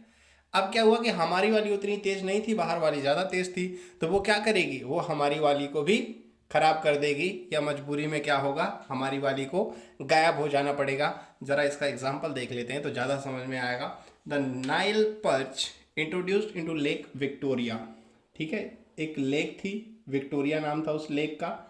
लेक मतलब झील, उसका नाम था विक्टोरिया। वहां पर नाइल पर्च को इंट्रोड्यूस्ड किया गया in East Africa, led eventually to the extinction of ecologically unique assemblage of more than 200 species of cichlid fish, ठीक है। 200 से ज़्यादा स्पीसीज थी चिचलेट फिश की, और जैसे ही उस झील में नाइल पर्च को इंट्रोड्यूस किया, वो चिचलेट फिश गायब, एक्सटिंक्ट हो गए भाई साहब, ठीक है। जैसे ये है, ये भी क्या है, कैरेट ग्रास पार्थेनियम, ये भी क्या है, एलियन स्पीसीज है। लैंटाना, वाटर हायासिंथ, इसको इकॉर्निया बोलते हैं। ये नाम आपको याद रखने हैं, कैरेट ग्रास, पार्थेनियम और लैंटाना, वाटर हायासिंथ, ठीक है। नाइल पर्च, ये एलियन स्पीसीज हैं, इनको याद रखनी है। Recent illegal introduction of African catfish Clarias magur, Clarias gariepinus है। African catfish Clarias gariepinus for aquaculture purpose in posing a threat to the indigenous catfish in our rivers। और इसकी वजह से क्या हो गई, अफ्रीकन कैटफिश गैरीपाइनस की वजह से हमारी जो खुद की इंडिजिनस स्पीसीज थी वो गायब हो गई। सॉरी, लगता है दिखाई नहीं दिया। ये देखो, मैं नीचे वाली की बात कर रहा था, मैंने ध्यान नहीं दिया, आई एम सॉरी। ये देखो नीचे तो है रिसेंट इलीगल इंट्रोडक्शन, ठीक है। अफ्रीकन कैटफिश क्लेरियास गैरीपाइनस को इंट्रोड्यूस किया गया, जिसकी वजह से जो इंडिजिनस कैटफिश थी वो नदियों से गायब हो गई, ठीक है। तो that was alien species invasion, है ना। कल को मान लो आप लोग हैं किसी कंपनी में काम कर रहे हैं, अरे हाँ, अब नीट में नहीं हुआ तो कहीं ना कहीं तो काम करना ही पड़ेगा ना यार। तो मान लो जैसे कहीं आप मजदूरी कर रहे हैं, कहीं काम कर रहे हैं, और सपोज़ कि वहाँ मतलब रोबोट आ गए, अब क्या होगा, आप लोगों की नौकरी चली जाएगी ना। तो यही तो कहेंगे ना कि एलियन स्पीसीज, मतलब रोबोट के आने की वजह से जो पुराने कर्मचारी थे वो एक्सटिंक्ट हो गए, है ना। तो ऐसे ही ये एलियन स्पीसीज इन्वेजन है कि बाहर से कुछ प्रजातियों को लाया गया, और वो इतनी तेज़ थी कि बाकी जो हमारी बेचारी इंडिजिनस कैटफिशेस थी, इंडिजिनस जो भी स्पीसीज थी, वो क्या हो गई, उनके आगे सब फेल और एक दिन एक्सटिंक्ट हो गई, खत्म। मतलब उनका कोई हिसाब किताब ही नहीं है। तो चलो अब बात करते हैं नेक्स्ट, दैट इज को extension. When a species become extinct, the plant and animal species associated with it in an obligatory way also become extinct। Co-extinction last है। को एक्सटेंशन का मतलब नाम से समझो, को का मतलब होता है साथ में, जैसे होता है ना को एजुकेशन, को एड बोलते हैं, को एजुकेशन यानी कि लड़का और लड़की दोनों एक ही साथ में एक ही स्कूल में पढ़ते हैं, दैट इज को एजुकेशन। ऐसे है को एक्सटेंशन, है ना, तुम्हारे साथ मरेंगे, दैट इज को एक्सटेंशन। अगर तुम नहीं तो हम भी नहीं। तो वही चीज़ है, when a species become extinct, मान लो कोई स्पीसीज एक्सटिंक्ट हो गई, तो the plant and animal species associated with it, तो उससे जो प्लांट और एनिमल जुड़े हुए थे उस स्पीसीज से, वो भी गायब हो गए, है ना। तो दैट इज को एक्सटिंक्शन। नेक्स्ट है बायोडाइवर्सिटी कंजर्वेशन, कि हम कैसे कंजर्व कर सकते हैं। अभी तक हम बायोडाइवर्सिटी पढ़ रहे थे, चैप्टर का नाम क्या था, बायोडाइवर्सिटी एंड कंजर्वेशन। अभी तक हम बात कर रहे थे बायोडाइवर्सिटी की, क्या क्या स्पीसीज थी, कैसे कैसे गायब हो गई, क्या क्या हमने हरकतें करी है ना, हमें नहीं करना चाहिए, अपने अपने घर में रहना चाहिए, नया नहीं बनवाना चाहिए। तो ये सब चीज़ें हैं, ये बनवाना चाहिए, छोटा सा बनवाना चाहिए, ज़बरदस्ती का फालतू का दूसरे का इलाका नहीं घेरना चाहिए, है ना। मतलब needs not to be turn into greeds, हमारी जितनी आवश्यकता है उतनी ही यूज़ करें, फालतू का लालच नहीं करना चाहिए। तो ये सब हमने बायोडाइवर्सिटी के बारे में बात किया। अब बात करते हैं बायोडाइवर्सिटी कंजर्वेशन की। बायोडाइवर्सिटी को चलो भैया अब जो हुआ सो हुआ, आगे चीज़ें गायब ना हो तो उसको कैसे कंजर्व करें, कैसे बचा के रखें, अब उनकी बातें करते हैं। तो वाई शुड वी कंजर्व। अब लो एनसीईआरटी कहती है, अच्छा एक तो एनसीईआरटी बता रही है कंजर्वेशन, ऊपर से पूछ भी रही है कि वाई शुड वी कंजर्व, क्यों हमें करना चाहिए। तो देखो कुछ चीज़ें हैं, they can be grouped into 3 categories, narrowly utilitarian, broadly utilitarian और एथिकल। मतलब कुछ छोटे छोटे पैमाने पे चीज़ों को रखना चाहिए, कुछ बहुत बड़े पैमाने पे हम लोग उनको यूटिलाइज कर रहे हैं तो उनको भी रखना चाहिए। और कुछ एथिकल इश्यूज हैं, मतलब ये पूछा ना कि वाई शुड वी कंजर्व, हमें क्यों कंजर्व करना चाहिए। तो कुछ नैरोली यूटिलिटेरियन है, मतलब कुछ छोटी छोटी चीज़ें हमें काम में आती हैं इसलिए उनको बचा के रखना चाहिए। कुछ ब्रॉडली यूटिलिटेरियन, बहुत ज़्यादा पैमाने पे हमारे काम आती हैं। और कुछ एथिकल भी हैं, नहीं भैया मान मनौती है कि बरगद का पेड़ हो या पीपल का पेड़ हो, हमारे हिंदुओं में उसे काटा नहीं जाता और ना ही हटाया जाता है। तो अगर घर के बीच में लगा है तो ये लगा ही रहेगा, भले ही बाकी घर की दीवारें थोड़ी सी खिसका दी जाए, लेकिन पेड़ नहीं खिसकेगा। तो दैट इज़ एथिकल, ठीक है, या रिलीजियस भी कह सकते हैं। आगे हम बात करेंगे इसे, साइंस में इकोलॉजी ने क्या टर्म दिया है। तो चलो आगे स्टार्ट करते हैं। आगे क्या है, दैट इज बायो प्रोस्पेक्टिंग। ये एक टर्म है जो आपको ऐसे एनसीईआरटी में तो डायरेक्ट समझ में नहीं आएगा, लेकिन अगर नीट में आ जाएगा तो तुरंत बोलेंगे सर बाहर से आया था, आप तो कह रहे थे एनसीईआरटी से आता है। तो ये देखो कुछ टर्म है जो मैं आपको ढूंढ ढूंढ के लिख दे रहा हूँ, है ना, लिखे तो हैं लेकिन आप वहाँ ज़्यादा ध्यान नहीं दोगे। तो एक टर्म है bio prospecting, exploring molecular, genetic and species level diversity for product of economic importance, ठीक है, that is called bio prospecting. एक मिनट जरा फोकस नहीं आ रहा है क्या, हाँ अब आ गया, ठीक है, दैट इज बायो प्रोस्पेक्टिंग। फिर नेक्स्ट है हाउ डू वी कंजर्व। अरे यार पहले तुमने पूछा कि क्यों करना चाहिए, अब यहां पर पूछ रहे हो कि कैसे करें। यार हम ही सब बता देंगे क्या।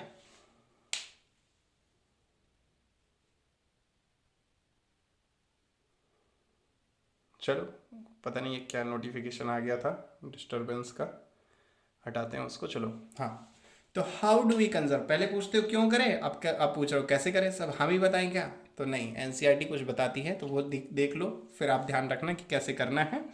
तो एनसीईआरटी ने बोला है 2 तरीके से कर सकते हैं हम लोग बायोडाइवर्सिटी को कंजर्व। पहला है इन सीटू। इन सीटू का मतलब जहां जो चीज है वहीं रहने दो ऑन साइट और उसको वहीं पर कंजर्व कर दो, that is in situ conservation.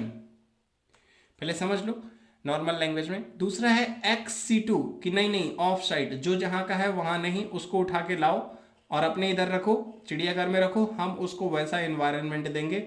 हम चिड़ियाघर को जंगल बनाएंगे और उसको ऐसा बेवकूफ़ बनाएंगे कि बेटा तुम जंगल में ही हो, ठीक है, that is ex situ conservation. समझ गए। इन सीटू जो जहां पर है वहीं पर रहो और वहीं पर उसको कंजर्व कर दो। एक्स सीटू नहीं नहीं वहां पर नहीं, वहां से उठा के लाओ, जैसे जगह पर रहता है हम उसको वैसी जगह बना कर देंगे और उससे बेवकूफ़ बनाएंगे कि नहीं नहीं तुम जंगल में ही हो, that is ex situ conservation. तो in situ we save the entire forest to save the tiger. मान लो कई सारे टाइगर की प्रजाति हैं, हम वहां से नहीं ला सकते, है ना, जो बाहर पाई जाती हैं बहुत ठंडे प्रदेश में, व्हाइट टाइगर्स वगैरह, उनको हम यहाँ नहीं ला सकते हैं। तो हम क्या करेंगे, वहीं उनको कंजर्व करेंगे ताकि वो खत्म ना हो जाए, एक्सटिंक्ट ना हो जाए, ठीक है। तो दैट इज इन सीटू।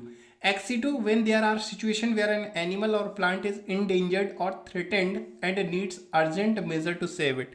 कई बार क्या होता है कि अगर ये यहाँ रहा तो मतलब जानवर खा जाएंगे, कोई प्लांट है तो मान लो उसे जानवर खा जाएंगे, कोई जानवर है तो कोई बड़ा जानवर उसे मार ना दे, बहुत सारे खतरे हैं, है ना, थ्रेटेंड एंडेंजर्ड। तो क्या करेंगे, उसको वहाँ से उठा करके अपने यहाँ ले आएंगे और उसको एक इन्वायरमेंट प्रोवाइड करेंगे आर्टिफिशियली, ठीक है, that is ex situ. अब इसको डिटेल में देखते हैं। सबसे पहले बात करते हैं in situ conservation. In situ conservation में क्या है, biodiversity hot spots. In situ में आपके आते हैं बायोडाइवर्सिटी हॉट स्पॉट। ये क्या होते हैं biodiversity hot spot, biodiversity hot spot होते हैं ऐसे region with very high level of species richness. वो रीजन जहां पर स्पीसीज रिचनेस बहुत ज्यादा हो, that is called biodiversity hot spot. क्या बोलते हैं उसे? उसे बोलते हैं biodiversity hot spot and high degree of endemism, या उसी को एक और टर्म देते हैं high degree of endemism. Endemism क्या होता है? ऐसी स्पीसीज जो confined to that region and not found anywhere else. Endemism का मतलब हिंदी में अगर कहूं तो स्थानीय प्रजाति, मतलब जो किसी एक पर्टिकुलर स्थान में ही पाई जाए, दैट इज कॉल्ड एंडेमिज्म। कि नहीं भैया, काले लोग अफ्रीका में ही पाए जाते हैं। अरे नहीं सर, मेरे घर के पास भी रहता है वो, एकदम अफ्रीकन है सर। हाँ, तो ये भी हो सकता है लेकिन मतलब जिसकी जैसी बनावट है वो तो वही पाया जाएगा ना, है ना। देख के बोलते थे एकदम चाइनीज चाइनीज, पता चलता नहीं मैं चाइनीज नहीं है, मैं नेपाली है। तो ऐसा है, नेपाली अलग होते हैं, चाइनीज अलग होते हैं। तो हम यहाँ पर बात कर रहे हैं स्पीसीज की, एनिमल्स की, प्लांट्स की, है ना, मैमल्स की बात नहीं कर रहे। तो एंडेमिज्म का मतलब मान लो कोई एक प्लांट है, जैसे हम लोग जाते हैं ना कि यार वहाँ घूमने जाएंगे, नैनीताल जाएंगे, है ना, वहाँ ऐसे प्लांट दिखाई देते हैं, तो दिस इज कॉल्ड एंडेमिज्म, स्थानीय प्रजाति। लिखा है ना, species confined to that region, सिर्फ उसी जगह पर कन्फाइंड है वो species, and not found anywhere else, और कहीं नहीं पाई जा रही है। ठीक है, इसके बाद नेक्स्ट कुछ इंपॉर्टेंट है, और इंपॉर्टेंट क्या है? लो, चलो, कुछ नहीं, कैमरा नहीं गिरा है, ज़्यादा बढ़ाओ मत कि ओ सर का कैमरा टूट गया, मज़ा आ गई ऐसा नहीं है। चलो अब बात करते हैं इनिशियली 25 बायोडाइवर्सिटी हॉट स्पॉट। पहले कितने थे? 25 बायोडाइवर्सिटी हॉट स्पॉट थे, लेकिन अब क्या हो गए हैं, 9 और जोड़ दिए गए हैं, तो टोटल कितने हो गए हैं? 34 हॉट स्पॉट। ये आपका नीट का क्वेश्चन है, अभी हाल ही का पूछा गया था कि how many biodiversity hot spot are found, तो कुछ लोगों ने 25 लिख दिया क्योंकि उन्हें 25 दिखाई दिया था, और एनसीईआरटी भी बहुत उस्ताद है, जो 25 है वो उन्होंने नंबर में लिखा है, न्यूमेरिकल वैल्यू, और जो बाकी 9 है उनको उन्होंने नंबर में नहीं लिखा, है ना।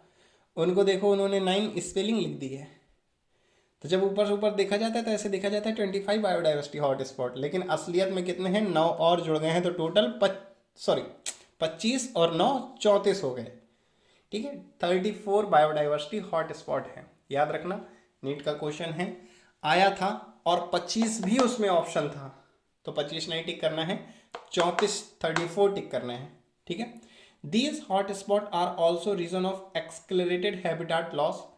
3 ऑफ दीज हॉट स्पॉट, कुछ इनमें से हॉट स्पॉट कौन कौन से हैं? बायोडाइवर्सिटी हॉट स्पॉट की बात करें जहां पर ज़्यादा स्पीसीज रिचनेस पाई जाती है, that is Western Ghat, Sri Lanka, Indo Burma and Himalaya. लो, मेरा हाइलाइटर भी ख़त्म हो गया और बहुत जल्दी ये चैप्टर भी ख़त्म होने वाला है। अरे जल्दी सर ख़त्म करो सर, कितना बातें करते हो सर, जल्दी ख़त्म करो, हो रहा है। ठीक है, तो western Ghat, Sri Lanka, Indo Burma and Himalaya, ये क्या है आपके? Biodiversity hot spot. Hot spot वो नहीं सर, पासवर्ड बता दो सर, हॉट स्पॉट का पासवर्ड बता दो, वो वाला हॉट स्पॉट नहीं है। ठीक है, ये बायोडाइवर्सिटी हॉट स्पॉट है, यहाँ पर स्पीसीज रिचनेस ज़्यादा है, इंटरनेट की स्पीड नहीं। चलो तो आगे देखते हैं। In India ecologically unique and biodiversity rich region are legally protected as biosphere reserve. हमारे भारत में क्या होता है कि जहाँ पर बायोडाइवर्सिटी ज़्यादा पाई जा रही है उसको लीगली, मतलब सरकार से पूछ करके लीगल तरीके से उसको प्रोटेक्ट कर देते हैं as a biosphere reserve, national park या centuries.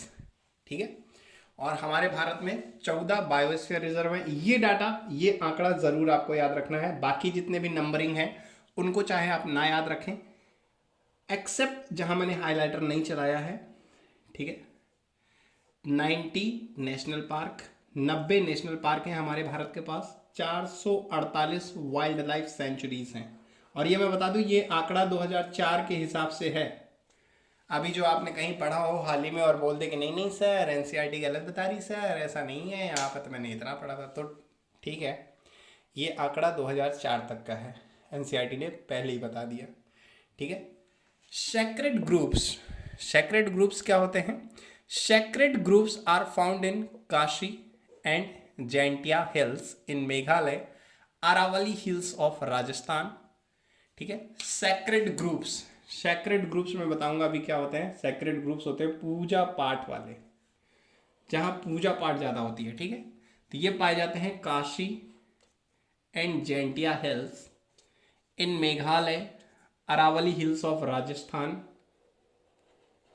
Western Ghat region of Karnataka and Maharashtra, Sarguja Maharashtra में Sarguja, Chanda and Bastar area of Madhya Pradesh. जो लोग एमपी के हैं वो जानते होंगे ये एरिया कहाँ पड़ता है, चंदा और बस्तर, ठीक है। वेस्टर्न घाट जो कर्नाटका के हैं बच्चे वो वेस्टर्न घाट रीजन जानते होंगे, और जो महाराष्ट्र के हैं वो सरगुजा। महाराष्ट्र के मुंबई वालों की बात नहीं कर रहा, मुंबई वाले तो सिर्फ फिल्म इंडस्ट्री को जानते हैं अरे नहीं सर, जानता हूँ मैं, हो सकता है एक दो जानते हो, वरना तो महाराष्ट्र वालों का तो अपना अलग ही होता है सर कि आलिया भट्ट का उससे चल रहा है, इनका उससे, बस इनको यही मालूम होता है ना। चलो खैर कोई नहीं, सेलिब्रिटीज़ के बारे में तो सभी जानते हैं। तो ये हमारे कुछ बायोस्फीयर रिजर्व हैं, इनको याद रखें कि 14 बायोस्फीयर रिजर्व है हमारे भारत के पास, 90 नेशनल पार्क हैं, 448 448 वाइल्ड लाइफ सेंचुरीज, ठीक है। लास्ट बात करते हैं। ओहो सर लास्ट, ओहो टॉपिक खत्म, अरे लास्ट मतलब अभी आगे है, लास्ट मतलब अभी आगे है, ठीक है। तो अब बात करते हैं एक्स-C2 कंजर्वेशन। अभी तक हम जो भी चीज़ें पढ़ रहे थे वो सब कहाँ आते हैं, biodiversity, hot spot region, sacred groups, ठीक है। ये एग्जाम्पल में आ जाते हैं सैक्रेड ग्रुप्स, और पूछ देगा क्या है, N-C2 है कि X-C2 है, तो याद रखना है। उसके बाद X-C2 में आपको कौन कौन से आते हैं, इतनी चीज़ें याद रखें बस, इसके अलावा कुछ नहीं पूछा जाएगा। X-C2 में that is zoological park, botanical garden, wild life safaris park. मैंने बताया था ना कि अगर कोई चीज़ बहुत थ्रेटेंड है, गायब होने वाले हैं, वहाँ रहेंगे तो कोई उन्हें मार देगा, कोई जानवर खा लेगा, तो उनको उठा करके लाते हैं अपने यहाँ चिड़ियाघर में, और उन्हें वैसा ही इन्वायरमेंट प्रदान करते हैं जैसे जगह वो रहते रहे हैं, दैट इज X-C2 कंजर्वेशन। तो इनमें आते हैं zoological parks, botanical gardens, wild life safaris park, cryo preservation. अब ये क्या है क्रायो प्रिजर्वेशन, इसको आगे देखते हैं, मैंने नीचे इसीलिए बताया है क्योंकि ये बहुत इंपॉर्टेंट है। फिर सीड बैंक, ठीक है, बीज भंडार, ये भी आपने सुना होगा नाम। फिर बात करते हैं व्हाट इज क्रायो प्रिजर्वेशन, ये भी अभी नीट का क्वेश्चन है, और नीट में क्वेश्चन क्या आया था, क्या डिफिनेशन आई थी क्रायो प्रिजर्वेशन की, नहीं डिफिनेशन नहीं आई थी, मैं बताता हूँ, पहले पढ़ लेते हैं कि गैमीट्स ऑफ थ्रेटेंड स्पीसीज, है ना, बहुत खतरे में कोई स्पीसीज है तो उसके gametes can be preserve in viable and fertile condition for long period using cryo preservation. Cryo preservation technique होती है जहां पर हम टेम्परेचर जो है -196 उसको इतना ठंडा प्रदान करते हैं टेम्परेचर, और कोई भी चीज़ चाहे वो गैमीट्स हो, चाहे वो कोई ऐसी चीज़ हो जो गायब होने वाली हो ऐसा हमें लगे, तो उनको हम लोग क्या करते हैं प्रिजर्व करके रखते हैं -196 डिग्री सेंटीग्रेड टेम्परेचर पर, that is called cryo preservation. तो नीट में जो क्वेश्चन था, अब आप दोनों ध्यान से सुनिए, नीट में क्वेश्चन में पूछा गया था कि जो क्रायो प्रिजर्वेशन में टेम्परेचर होता है वो कितना होता है, और ये मैं आपको बता दूं कि ये टेम्परेचर आपकी एनसीईआरटी में इस चैप्टर में नहीं लिखा है, ठीक है। क्रायो प्रिजर्वेशन नाम तो दिया है, लेकिन ये जो टेम्परेचर है ये इस चैप्टर में इस जगह पर नहीं दिया है, वो किसी और चैप्टर में दिया है, और वहां भी क्रायो प्रिजर्वेशन के बारे में बात की गई है, ठीक है। तो यहाँ पर गैमेट्स की बात की गई है, वहां पर सीड्स की बात की गई है। हम लोग सीड्स को भी क्या करते हैं, प्लांट के सीड को, मान लो सपोज कि प्लांट भी एक्सटेंट होने वाला है, अब क्या करेंगे, वो पौधा बहुत ज़रूरी है, तो इसलिए उसको भी प्रिजर्व करने के लिए हम लोग क्रायो प्रिजर्वेशन टेक्निक का यूज़ करते हैं। और टेम्परेचर पूछा गया था नीट में, तो टेम्परेचर याद रखना है -196 डिग्री सेंटीग्रेड। अब ये कुछ लास्ट इंपॉर्टेंट टर्म्स हैं जो डायरेक्टली एकदम जनरल नॉलेज की तरह क्वेश्चन आ जाते हैं, that is convention on biological diversity, यानी कि अर्थ समिट। ऐसा भी आ सकता है कि अर्थ समिट जो हुआ था वो कब हुआ था और कहाँ हुआ था, तो held in Rio de Janeiro Brazil, Rio de Janeiro Brazil in 1992, 1952 में अर्थ समिट हुआ था, कहाँ पर, रियो डी जेनेरियो में। ये आपको एज अ जनरल नॉलेज याद रखना है, ठीक है। और ये इससे क्वेश्चन भी आता है, अब ये क्वेश्चन आया भी था 2020 में नीट लास्ट ईयर में, और वो क्वेश्चन क्या आया था, तो चलो पढ़ता हूँ फिर बताता हूँ। World summit on sustainable development, ये कब हुआ था, 2002 में हुआ था वर्ल्ड समिट। ठीक है, अर्थ समिट अलग है, याद रखना, अर्थ समिट और वर्ल्ड समिट दोनों अलग हैं। ये हुआ था जोहान्सबर्ग, साउथ अफ्रीका। 190 देशों ने भाग लिया था, ठीक है, 190 countries, for reduction in the current rate of biodiversity loss. अब देखो क्वेश्चन क्या आया था, क्वेश्चन ये आया था कि जो ये वर्ल्ड समिट हुआ था इसमें किस चीज़ के बारे में बात हुई थी, तो बात हुई थी रेट ऑफ बायोडाइवर्सिटी लॉस के बारे में। ठीक है, तो सिर्फ यही पूछा गया था कि क्या बात हुई थी, किस बारे में था ये वर्ल्ड समिट। ठीक है, तो ये था rate of biodiversity loss, option में था और वही टिक करना था। एट ग्लोबल और regional and local level, 3 level पे हुई थी। ग्लोबल, पूरे ग्लोब की कैसे बायोडाइवर्सिटी लॉस हो रही है, कैसे बचाएं उसके बारे में। रीजनल, अपने अलग अलग देश में कैसे बचाएं, या लोकल, उस देश के बाद अपने अपने राज्य की, अपने अपने आसपास की कैसे बचाएंगे बायोडाइवर्सिटी को, उन बारे में बात हुई थी। तो हाँ, इसी के साथ ये चैप्टर आपका कंप्लीट होता है। आई होप कि आप लोगों ने काफ़ी एंजॉय किया होगा। और मैं फिर कह रहा हूँ कि इकोलॉजी को आप बिल्कुल भी ऐसा मत समझिए कि सर ये चीज़ मुझे समझ में नहीं आई, सर ये चीज़ मैं भूल जा रहा हूँ। मैं फिर वही कह रहा हूँ कि इकोलॉजी को एकदम बिल्कुल सत्यनारायण की कथा समझो। समझ रहे हो, मतलब आप बिल्कुल ये सोचो कि कथा है, हमें सुननी है। ठीक है, तो कान में लगाओ ईयरफोन, चुपचाप लेट जाओ या बैठ जाओ और जो जो मैंने बताया है बस उसको सुनते चले जाओ, बार बार बार बार, और एटलीस्ट मिनिमम 5 टाइम्स, 5 बार एक चैप्टर को जरूर पढ़ा हुआ होना चाहिए। ये नीड है। आपका दिमाग कम हो, आपका दिमाग ज़्यादा हो, इससे कोई फर्क नहीं पड़ता है। एक चैप्टर को 5 बार पढ़ लो, अगर उसके बाद भूलता है तो बताना।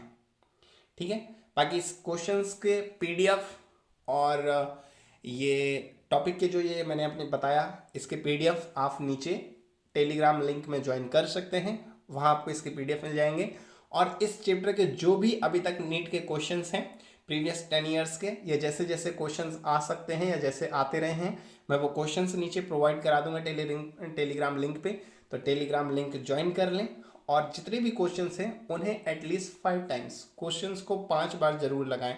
देखो सबसे बड़ी चीज़ क्या है कि क्वेश्चन कोई भी नया नहीं होता।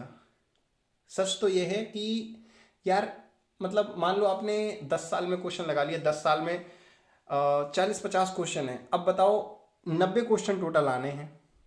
एक चैप्टर से आपने 40 से 50 क्वेश्चन लगाए हैं, है ना, तो इतने ज़्यादा आपने क्वेश्चन लगा लिए कि उनमें से छांट करके 90 आने हैं।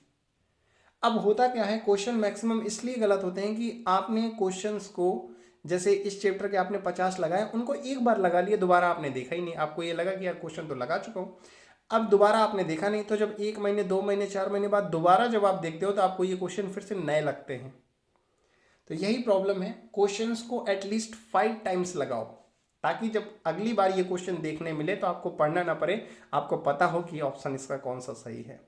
जब इस तरह से आप क्वेश्चंस लगाएंगे ना, तब आपको लगेगा कि पेपर एनसीईआरटी से आता है। वरना हर बार आप क्वेश्चन प्रैक्टिस करेंगे और फिर करके एक बार छोड़ देंगे तो आपको यही लगेगा ये क्वेश्चन तो बाहर से आ गया, मैंने तो सब लगाए थे। तो देखो, जो टॉपर्स होते हैं, जो मीडियोकर होते हैं, कोई उनमें ऐसा चेंजेस नहीं होता। बट टॉपर्स क्या है कि वो रिवीजन बहुत टाइम्स कर लेते हैं, उनको क्वेश्चंस एकदम रट जाते हैं। उन्हें मालूम है, पहला अक्षर पढ़ते ही उन्हें मालूम होता है कि किस बारे में पूछ रहा है। और हम क्या है, 2-3 बार क्वेश्चन पढ़ते हैं, फिर ऑप्शन देखते हैं, उसके बाद फिर क्वेश्चन पढ़ते हैं, फिर ऑप्शन देखते हैं। उतनी देर में टॉपर क्वेश्चन बहुत सारे करके निकल जाता है। ऐसा नहीं कि हमें क्वेश्चन नहीं आते, क्वेश्चन आते हैं लेकिन वक्त लगता है। तो उसका प्रॉब्लम सिर्फ यही है, सॉल्यूशन, सॉरी, प्रॉब्लम तो आपके पास है, सॉल्यूशन उसके पास यही है कि आपको क्या करना है, एटलीस्ट 5 टाइम्स, किसी एक चैप्टर को 5 टाइम्स पढ़ें और उस चैप्टर के जो क्वेश्चन हैं एटलीस्ट उसे 5 टाइम्स ज़रूर लगाएं। तो इसी के साथ पढ़ते रहें, एंजॉय करते रहें। जो भी डाउट है उसे नीचे कमेंट सेक्शन में ज़रूर डाल दें और क्वेश्चन का नंबर भी डाल दें। ठीक है, थैंक यू।